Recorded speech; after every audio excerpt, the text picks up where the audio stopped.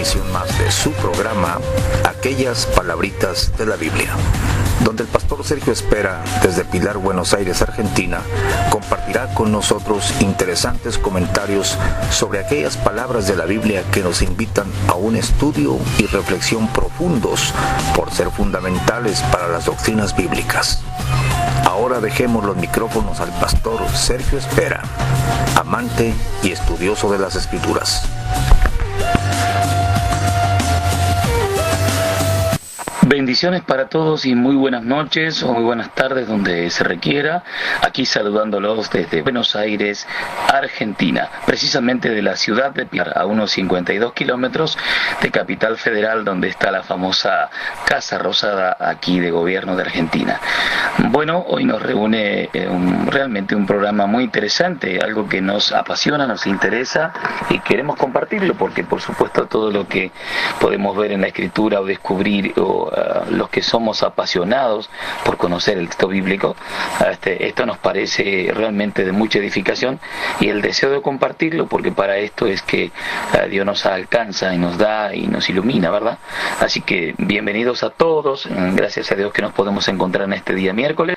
Pastor Gamaliel, realmente me ha gustado mucho esa cortina musical, como esto es una misión imposible, aunque en este caso todo lo podemos en Cristo, así que saludándolo y adelante allí usted con la siguiente cortina musical o con la presentación un poco de este programa. Cambio. Pastor Sergio, un gran saludo para usted. Estoy bien gustoso de tener este programa en compañía suya. A mí me gustaría tener, hermanos, al pastor Sergio aquí en la misma ciudad a unos 2-3 kilómetros, pero con la magia de la tecnología lo tenemos en cabina. Aquellas palabritas de la Biblia, hay tantos detalles tan importantes, tan interesantes en las Sagradas Escrituras. Y pastor, usted mencionaba la pasión por estudiar las Sagradas Escrituras, la Biblia. Yo comparto esa pasión con usted y mire, se invierte mucho tiempo, se invierten muchas horas, no solo de lectura, de consulta, sino de meditación. Y ahora, pastor, le va a tocar dar de gracia lo que de gracia ha recibido. Yo me voy a encargar de sacarle jugo al pastor Sergio Espera. Pastor, ¿de qué vamos a hablar el día de hoy? A ver, plantéenos qué nos trae el programa de hoy. Cambio. Sí, mi amado pastor, lo que nos reúne hoy, el tema en estas palabritas bíblicas es ver un poquito de la biografía de aquel, podríamos decir, hombre de Dios que llevó a cabo esta obra magnífica que tenemos en nuestras manos, los de habla hispana, nuestra tan confiada, querida y llamada hoy Reina Valera, pero el que comienza este trabajo de traducción latín, del griego y latín, y llega a nuestras manos esta Biblia de Casiodoro de Reina. Conocer un poco también su vida y saber cómo fue el trabajo de traducción y cómo esto después fue cambiando hasta llegar a nuestros días, ¿no? Comparándola con otras escrituras y poder conocer también no solo a ellos, sino el trabajo que hicieron y comparar y qué estamos hablando cuando decimos, por ejemplo, en Reina Valera, que pertenece a un texto o textus receptus, y qué estamos queriendo decir cuando hablamos de un texto depurado o texto crítico, ¿no? Que en los últimos, diría, 15 años, si no más, quizás 20, se ha hablado mucho y se ha venido hablando cada vez más del texto crítico y del texto depurado. ¿Y qué comparación podemos hacer con nuestra queridísima Biblia de habla hispana, la Reina Valera? ¿Qué postura debemos tomar ante ella y conocer cómo ha sido la traducción para también tener una crítica constructiva, justa a esta traducción, ¿no? Y cuáles son las desventajas que tenemos si utilizamos solamente Reina Valera, más allá de que es un trabajo impresionante el realizado. Creo que esto es la primera parte de la propuesta de esta noche y seguramente que con algunos ejercicios bíblicos, porque esto es lo que interesa, mirar el texto y ver qué encontramos allí. ¿Qué le parece la propuesta? Cambio. Correcto, pastor, me gusta. Entonces vamos a hablar de la Reina Valera, la versión de la Biblia más usada por los protestantes de Hispanoamérica, que salió en el siglo XVI, pastor, en la época de oro. Iniciaba la época de oro de la literatura española, y ahí surge la versión tan amada, que, pastor, yo no la he querido abandonar, y sería muy bueno que todos nuestros hermanos de la sala pusieran mucha atención al programa, hicieran preguntas, porque tiene cosas muy buenas y también tiene cosas obsoletas, la versión como tal, no digo la Biblia o su mensaje, sino la versión. De esto nos va a hablar el pastor. Pastor, Reina Valera, ¿quién fue Casiodoro de Reina, pastor?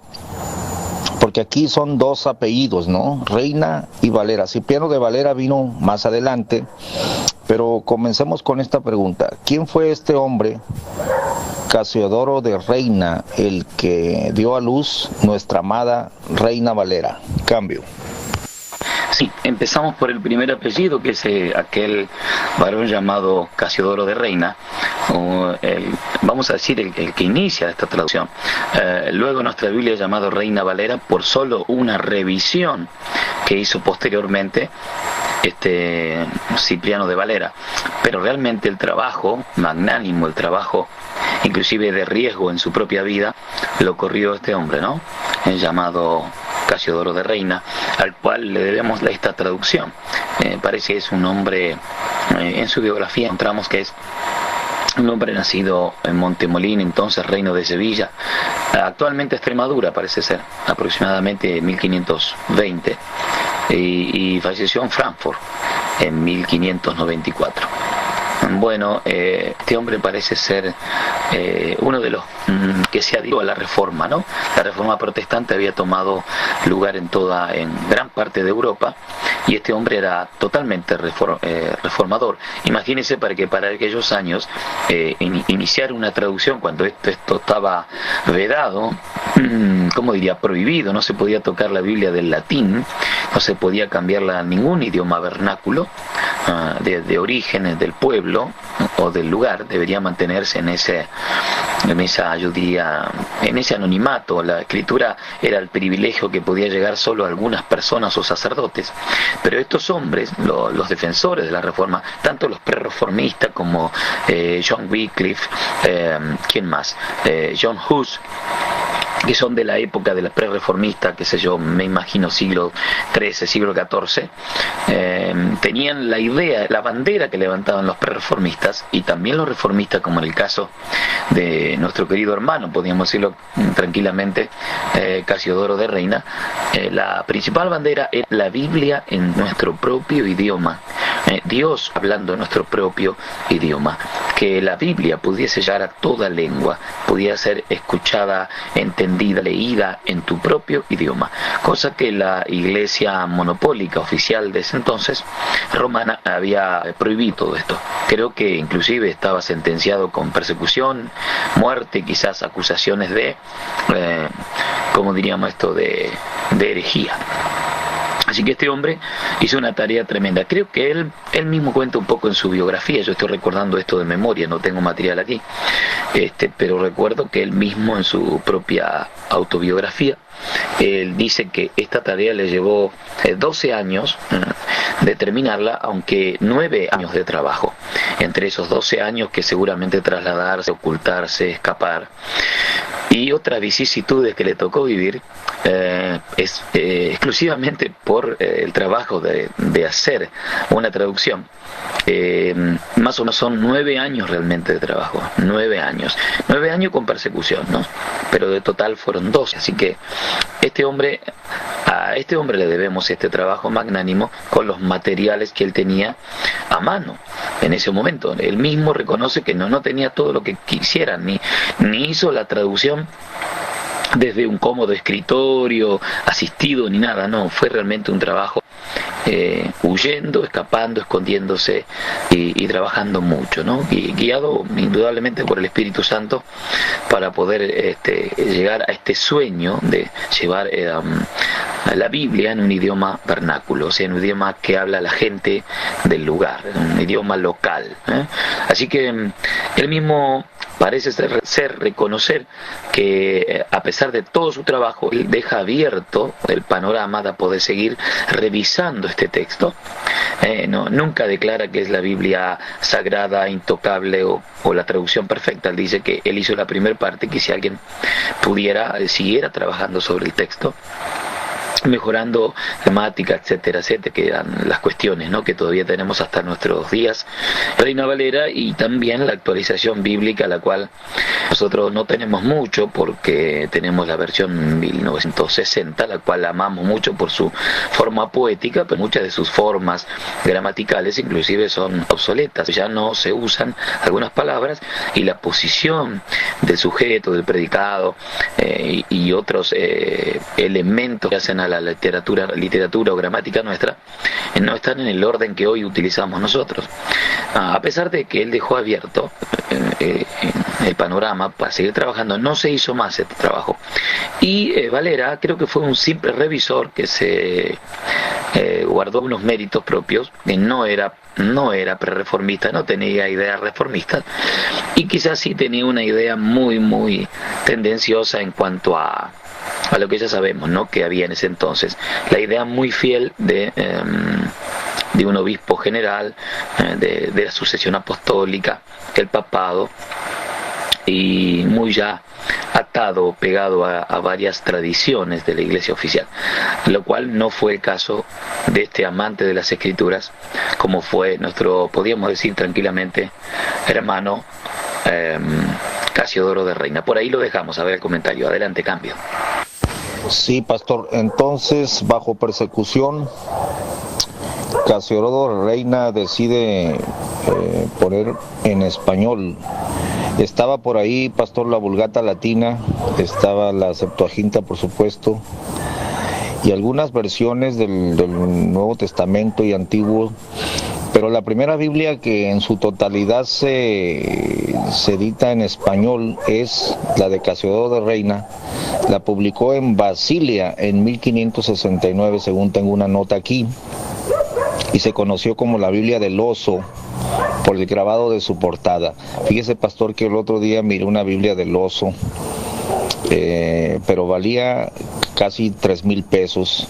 No tenía el dinero, si no lo hubiese comprado, pastor, y qué bonita está, qué bonita.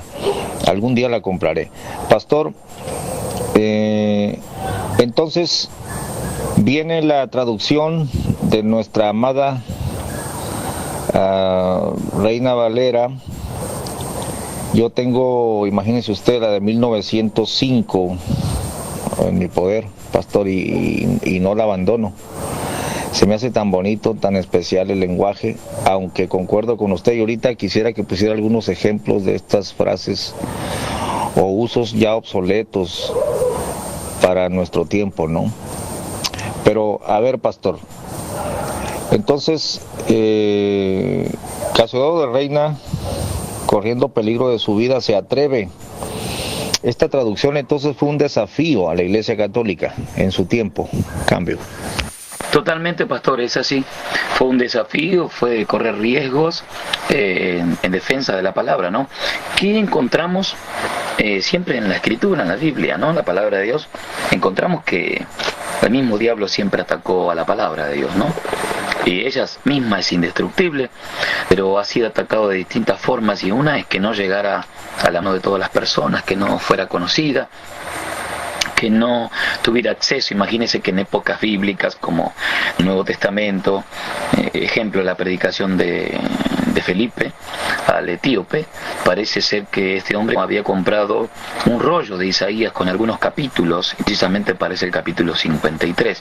Tener en su poder un rollo original, copiado por los escribas, que eran los únicos autorizados de un trozo del Antiguo Testamento que hasta ese entonces ya estaba, era todo, me imagino, fue un arte tener algo así, era algo muy valioso de tenerlo, de hacerlo, de pagarlo.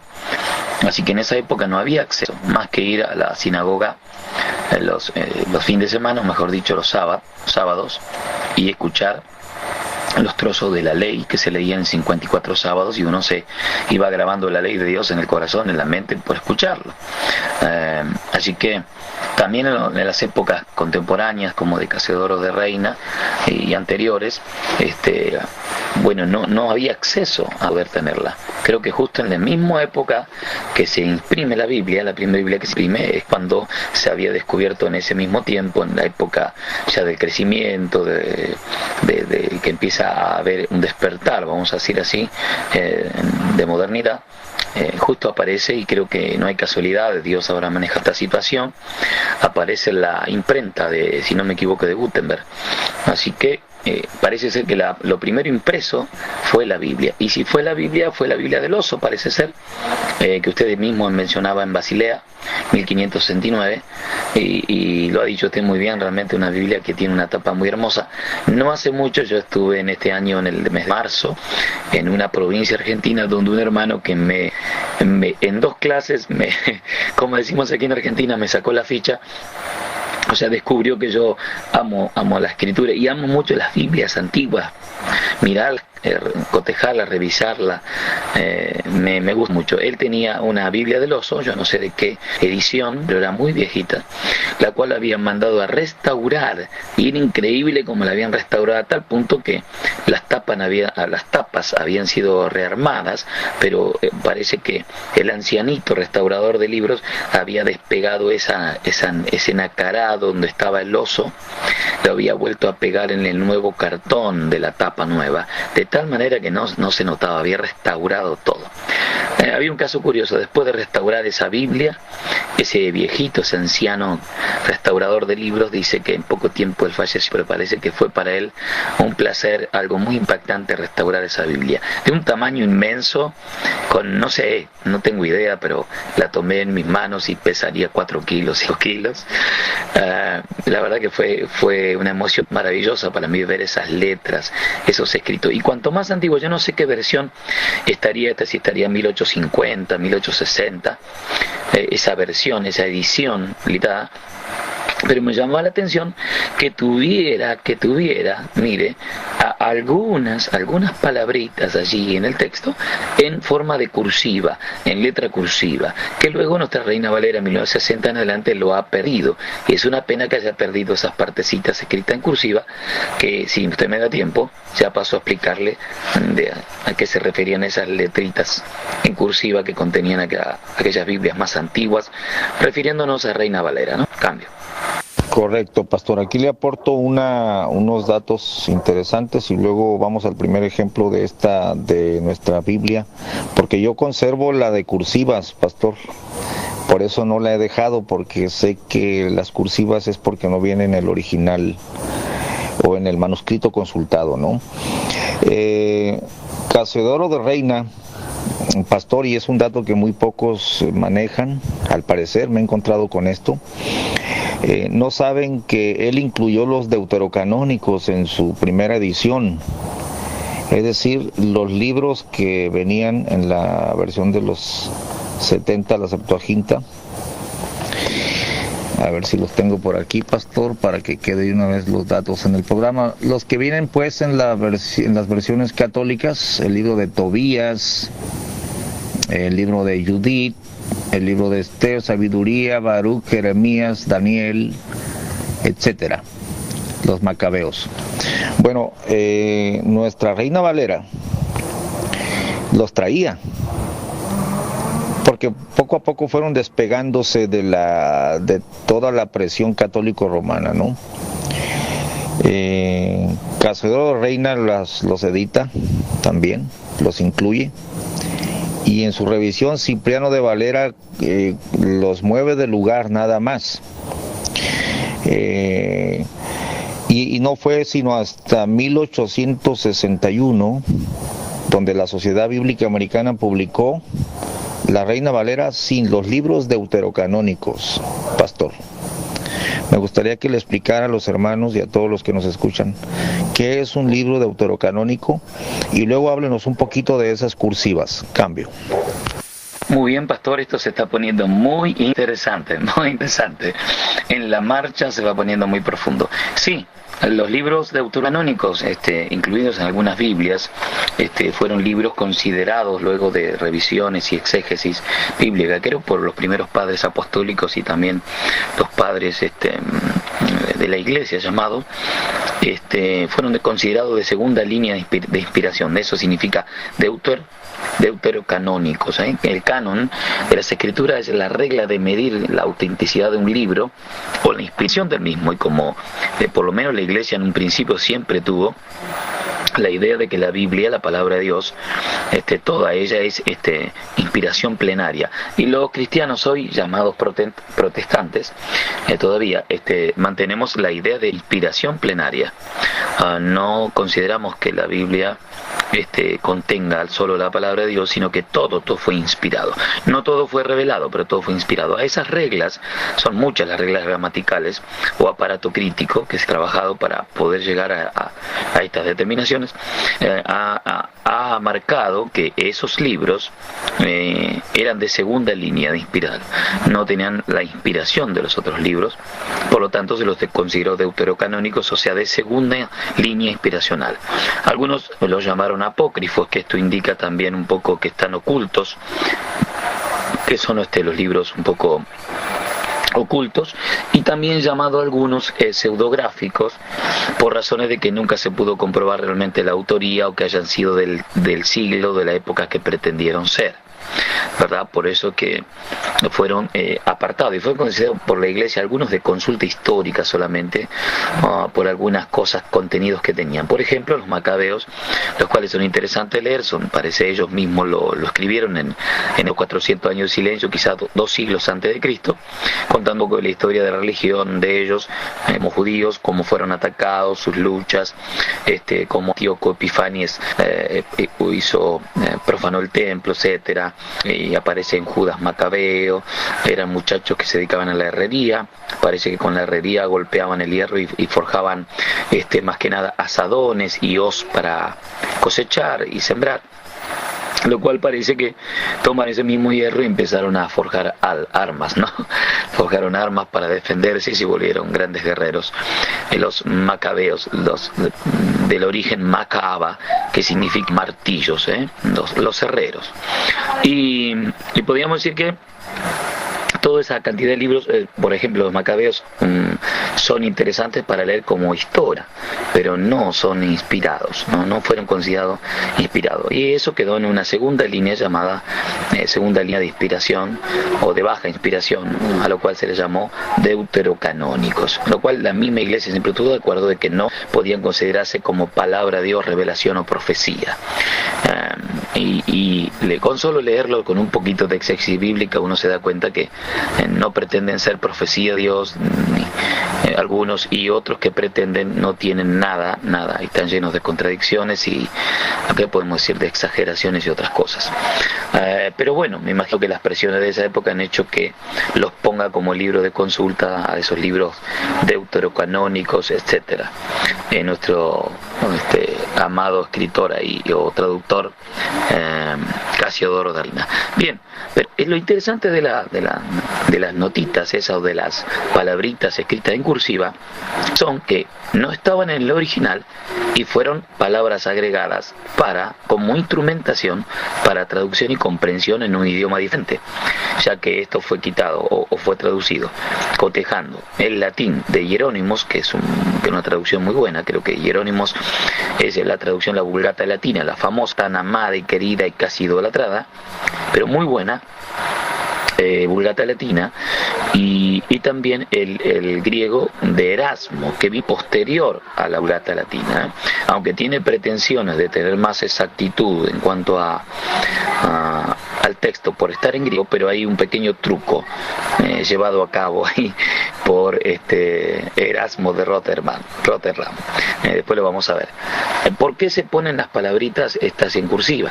Porque son instrumentaciones de un idioma como el latín o el griego, para poder transmitirlo en castellano, en nuestro español. Y tenemos algunos ejemplos para dar. Por ejemplo, es el capítulo 12 del libro de Primera de Corintios, cuando va a hablar de los dones. El apóstol Pablo, por ahí el versículo 2 debe ser, dice: porque no quiero que ignoréis, hermanos, acerca, pero vamos a buscar la Biblia aquí, a ver si lo tenemos a mano. No quiero que ignoréis acerca de los, textualmente, o bien textual, no quiero que ignoréis acerca de los espirituales.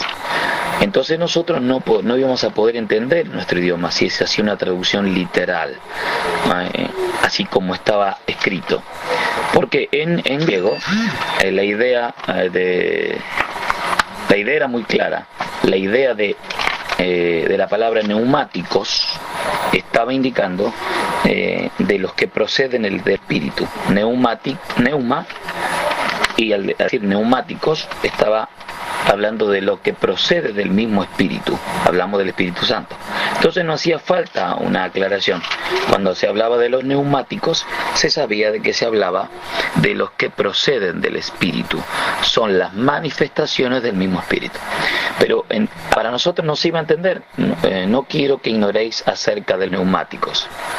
Entonces, acerca de los espirituales.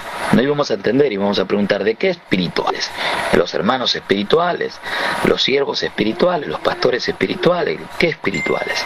Entonces se implementó la palabrita don, que en esa Biblia hermosa que usted tiene en 1902, 1905, yo tengo una 1902 aquí en mi biblioteca, aparecía la palabrita don en minúscula o en cursiva, para indicar que eso no aparecía en el original, sino que había sido una instrumentación para traducir y que el idioma receptor tuviera la imaginación, la idea correcta de qué se estaba hablando en el texto.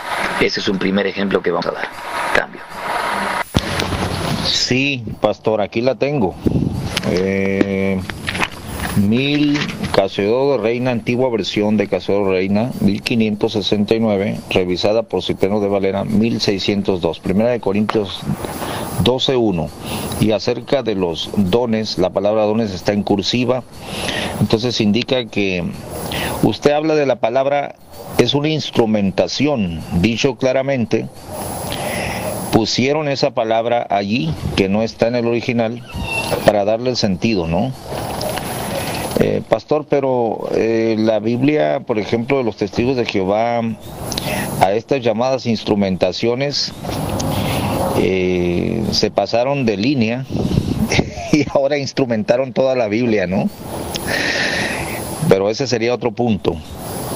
Cómo el traductor fantasma de la Biblia de los testigos se pasó de instrumentar y violó las Sagradas Escrituras.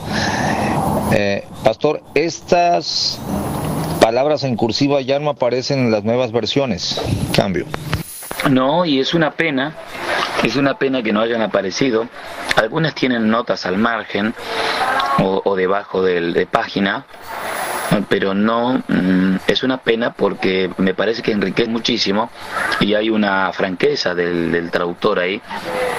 ¿Por qué? Le digo, en el caso nuestro, inclusive de los evangélicos y de rama pentecostal, la palabra don ha sido de mucha bendición, pero ha sido de mucho tropiezo también para nosotros.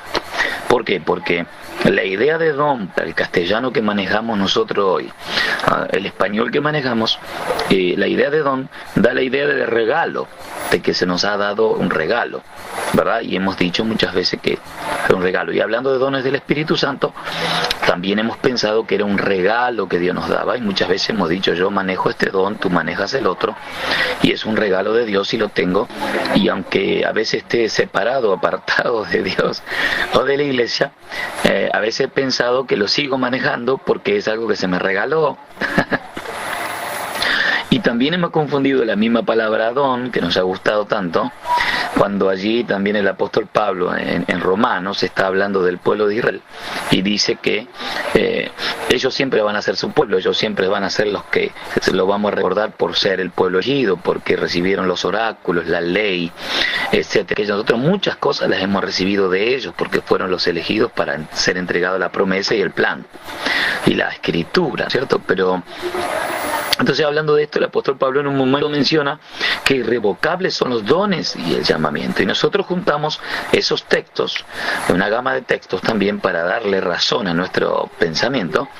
Y también hemos pensado que esos dones son los mismos que se mencionan en 1 de Corintios capítulo 12. Pero cuando buscamos en el texto griego vamos a encontrar que en un texto está hablando neumáticos, que son los que proceden del Espíritu, son netamente del Espíritu, y en la otra está hablando de dádivas, de una dádiva de Dios. Entonces parece que no es un regalo, pero en cuanto a los dones del Espíritu Santo, precisamente son un regalo. No sé si usted me entiende. Es por el tema de esta instrumentación, más allá de que nuestros queridos amigos de la WhatsApp han usado instrumentación en cualquier lado para tratar de decir solamente los que ellos quieren, ¿no? Con la traducción Nuevo Mundo, que después vamos a hablar por qué un texto depurado, el cual han trabajado Westcott y Hort, el cual han sido muy criticados, pero han sido muy buenos en el trabajo del texto, el texto crítico, y de una traducción más sintética y más breve de la Biblia. Hoy en nuestra época se está prefiriendo una traducción más breve, correcta y literal, que nos deje realmente ver el contexto y no nos haga el trabajo de pensar por nosotros, porque Reina Valera tiene mucho de los copistas, y le voy a, como usted siempre dice, obsequiar o regalar un texto. Esto es lo que pasó con los copistas, y fíjese a ver si estoy en lo correcto. No tengo acá la mano Antiguo Testamento, pero fíjese lo que dice Jeremías 8:8. Cambio. Jeremías 8:8. Por eso el programa se llama, pastor, Aquellas Palabritas de la Biblia. Y mire qué interesante ahí lo que nos comparte. No está en el sentido de regalo. Y acá se hablaba, sí, de un regalo, ¿no? En el otro texto.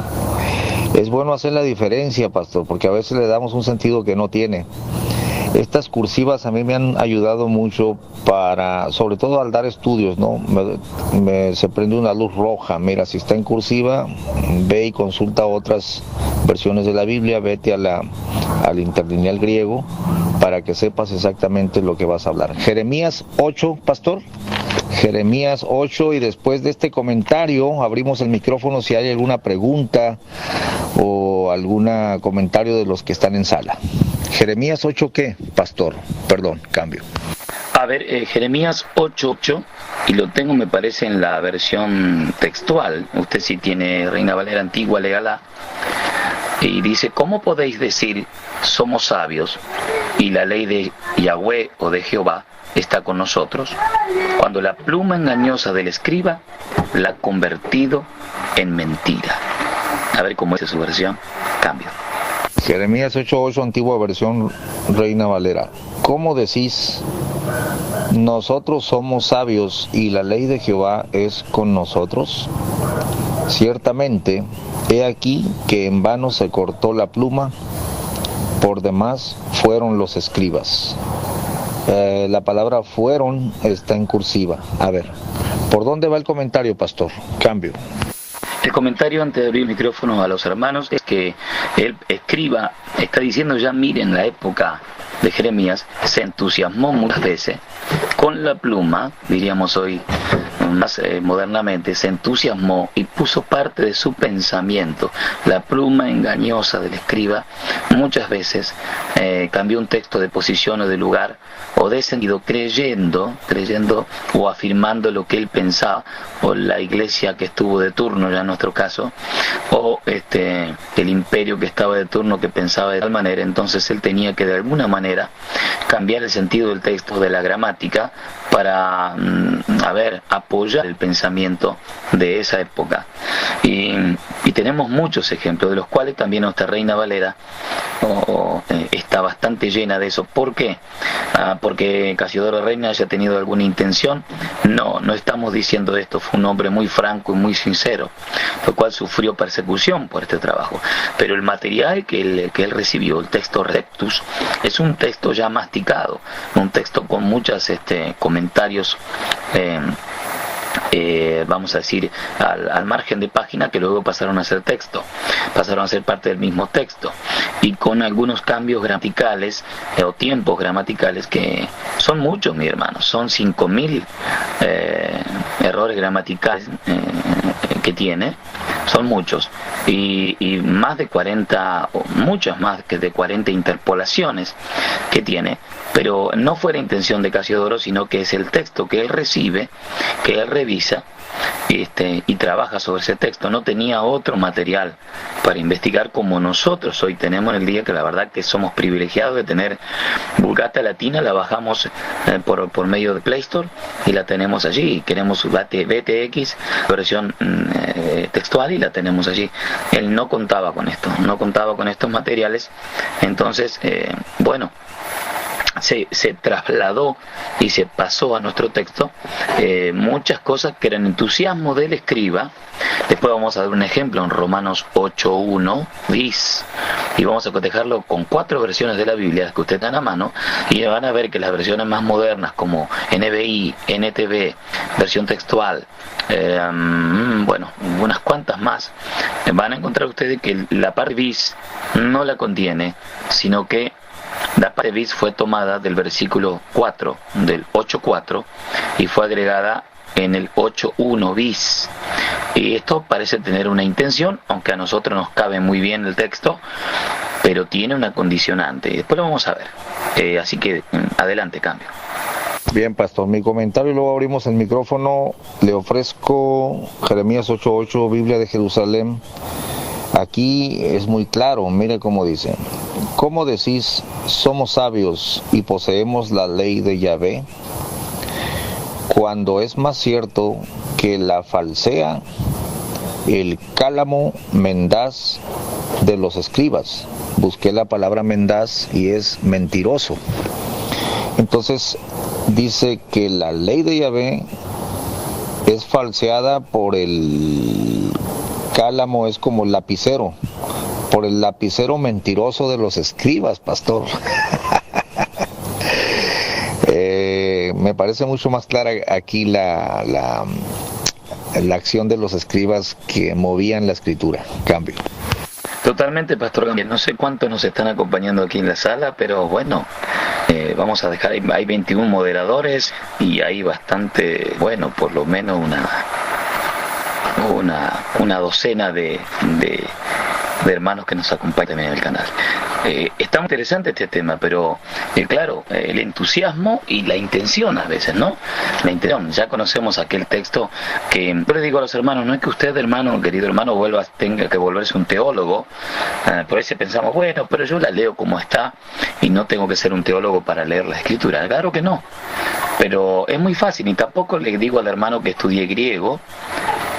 Hay una manera muy sencilla de que, sin estudiar griego, que es tan hermoso, y hebreo, por otro lado, es de cotejar los textos, es tener 3 o 4 versiones, y hay más de 4 o 5 Biblias recomendables, hay hasta 10, pero se ayuda muchísimo tener 3 o 4 versiones, y nos ayuda muchísimo a la comprensión del texto, y nos vamos a dar cuenta de la parte obsoleta que tiene Reina Valera, o que al ser tan poética, en una métrica de poética que nosotros ya no utilizamos ni entendemos, cómo puede cambiar el sentido. Pareciera que cambiara el tiempo verbal, cuando el Señor dice, y si me fuere y regresare, os tomaré a mí mismo, etcétera, etcétera.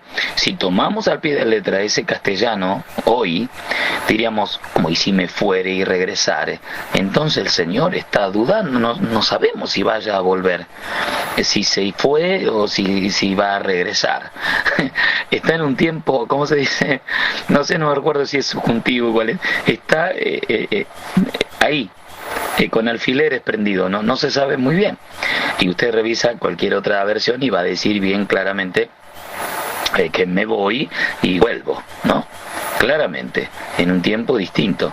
Por eso es que esa poesía, la cual por ahí nosotros no manejamos, o las formas, morfología del idioma de esa época, ya está en desuso, y es probable que lleguemos a interpretar otra cosa o entender otra cosa. Aquí le dejo el cambio y usted entregará a los hermanos si hay alguien con alguna pregunta o comentario. Adelante, cambio. Me ha dado una puñalada en el corazón, pastor, hablando de esta forma poética de mi amada Reina Valera. Casi quiero llorar yo, pastor, ahorita le comento. Hermanos de la sala, ¿alguna pregunta, algún comentario?